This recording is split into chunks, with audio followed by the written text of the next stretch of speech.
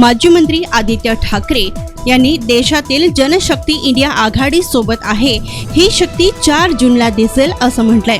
त्यानंतर एकनाथ शिंदे यांच्याबद्दल ते बोलले की शिंदेंची शिवसेना नाहीये, त्यांचा गद्दार गट आहे। शिंदेंना अर्धे उमेदवार बदलावे लागत आहेत। त्यानंतर अजित पवार यांच्याबद्दलही ते बोलले की अजित पवारांसारखा निर्लज्ज व नीच व्यक्ती मी कुठेच पाहिलेला नाहीये।